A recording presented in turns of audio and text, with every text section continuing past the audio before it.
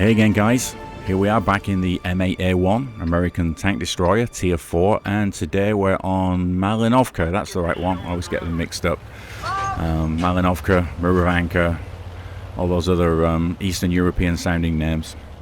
So today we're going to run off and find my favorite spot, which is behind the bush, pretty much in the center of the map here. It's like, what is it, the F7 spot, you want to call it.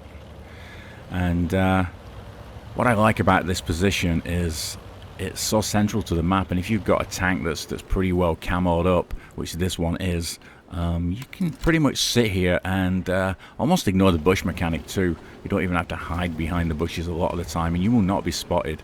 There are better tanks than this for camo, but this is it's got a reasonable camo. I've got a good camo crew on it. I've also got brothers in arms, and sure enough, there's all these tanks that have been spotted by my teammates, and I have not been spotted. And we'll see this as a theme as we go through this this game, is that I can just shoot anything, even when it's pretty close to me, and I don't get spotted.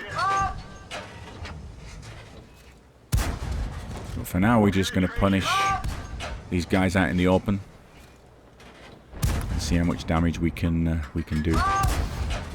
And my BT7 is doing a great job up north there. He's, I guess he's getting all the spotting damage for this, so he'll come out of this game with a nice, healthy experience score and damage there. Now this is the 57mm. This is the one I always use on here. It's not the highest damaging gun, but it does have better penetration, and the rate of fire is pretty quick. Again, helped by you can no longer have a gun rammer on this, but I do have the Brothers in Arms skill, which speeds up that reload.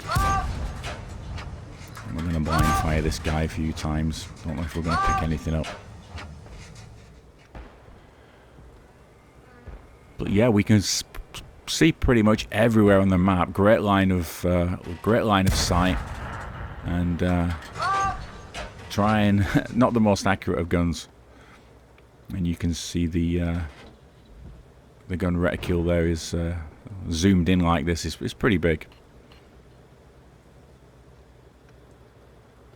But we can sit back and snipe. Now right next to me there's a Largo, and I always feel a little nervous when I have something sat next to me in the bushes that maybe doesn't have as good camo as me, doesn't use the bush mechanic quite right, and as a result of those guys being shot at, you know, I get hit by some rounds even though I'm not spotted. Now one thing you just saw there was how long this this turret takes to turn. The turret traverse on this tank is pretty tragic, but I guess if it was faster, this tank would be an even better proposition in the battle. There we go, we got our first cheap kill there.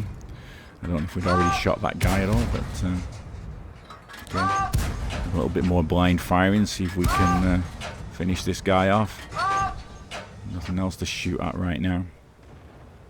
Don't want to run out of rounds though. That's always there's plenty of rounds in this tank, but there's always the proposition when you've got that high rate of fire that that you can actually run out of ammo.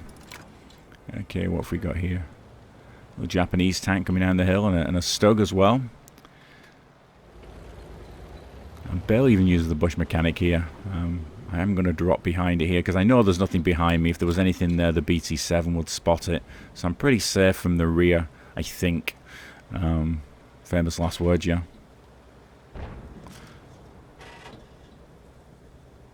So there is a T-70 behind us now, but so I'm going to just roll back in the bush a little bit, see if I can remain out of view.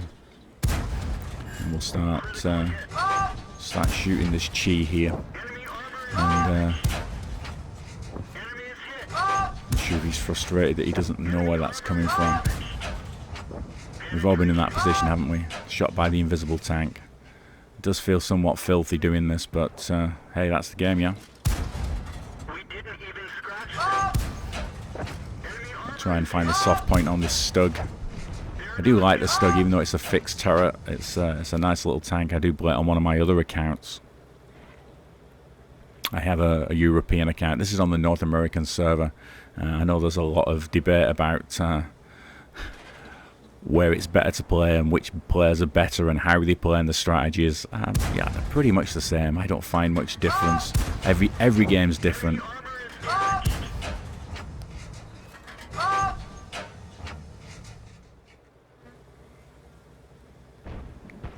So I still don't think we've been spotted, have we?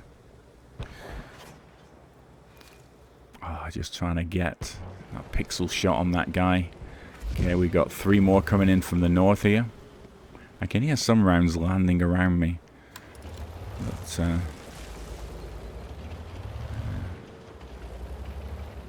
somebody trying to blind fire? I don't know. Now, I'm shouting for help here. I guess that's because no one's spotting any further up. I do have binos, so I do have pretty good vision. I also have a high recon on my Santa Claus Commander. I think this guy's too far away to spot me. Finally got that that turret turned.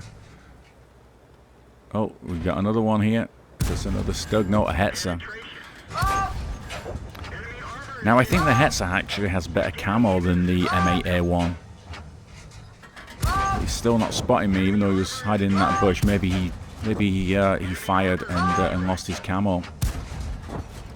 Even this guy's in the bush, and I think I'm the closest to him. So did I spot him?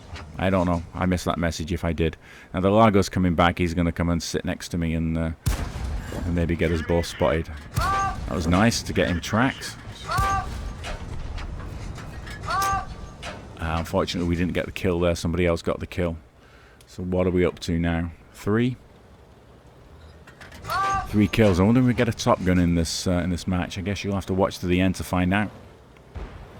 And now they're all coming down. They found our weak spot, or apparent weak spot.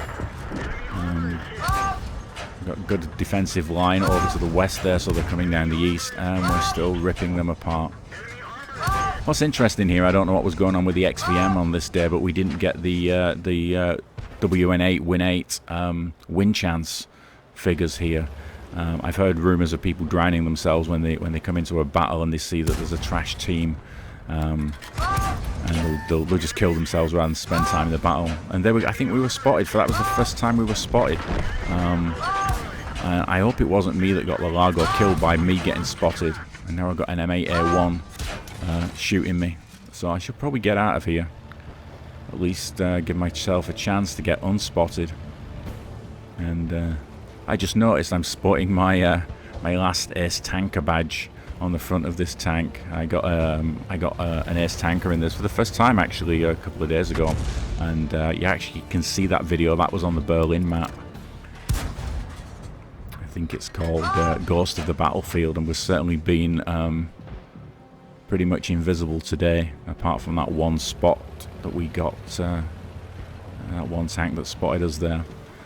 But now we're hidden away again, and another M8A1 there. Obviously he's not as skilled up as I am. Now I dropped the camo net on this. I don't think I mentioned this already. I dropped the camo net on this. I don't feel I need it anymore. And a lot of the time, because you're using the bush mechanic, you're rolling back and forth, so it's never activating anyway. And I'm a big fan of Quickie Baby, and he's suddenly decided that it's not a good module to take. It's probably one of the least useful modules. You know, it's very limited tanks that it's good for. So on his advice and my own experience, I took it off. You know, can't quite see the arty there.